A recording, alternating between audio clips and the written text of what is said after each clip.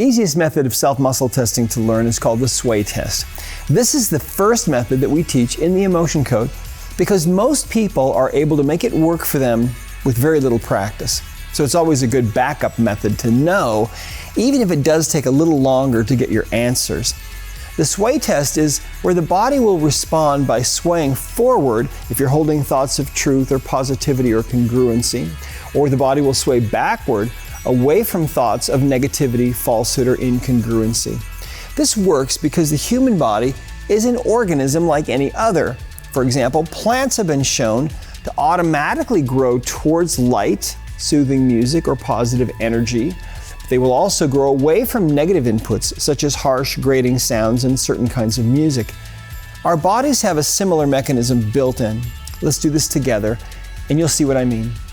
First, it's a good idea to turn off any music or TV, as they can interfere with the testing, especially when you are first learning. Now, stand relaxed with your feet shoulder-width apart. Place your hands by your sides. Close your eyes and focus on the instructions. Now, the first thing that you'll notice while you're standing there is that there's a little bit of movement going on all the time. The body tends to sway a little bit forward and a little bit backward, and sometimes it might sway a little to the side, left to right.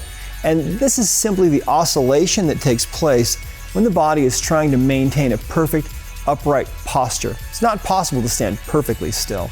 Those postural muscles are continuously working to keep the body standing upright, and that's totally normal. But now I'd like you to think about war. Hold that thought in your mind while you're standing there. If you think about all the people who have died, all the families that have been torn apart, all the tragedy, all the people who have been hurt, all the destruction, you should notice that as you're focusing on those thoughts of war, when your subconscious mind connects with what your conscious mind is thinking, your body will start to sway backward. And that's your subconscious mind trying to recoil you, moving you away from that thought that you've put in front of you. It will sway backwards away from those thoughts of war because that thought is so negative. This backward movement will likely happen within 3 to 10 seconds, but maybe sooner.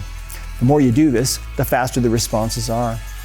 Once you have that response, clear your mind and instead think about love. Imagine that you are a being of unconditional love, that your heart is a generator of unconditional love.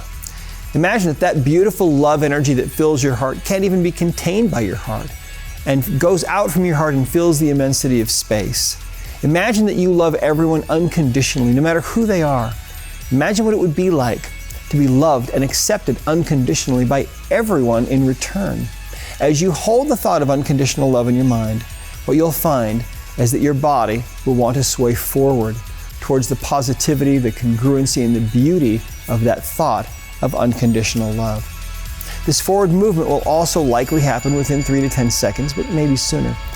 Now, when you get an accurate and clear answer for each of these exercises, you have achieved a proper baseline test.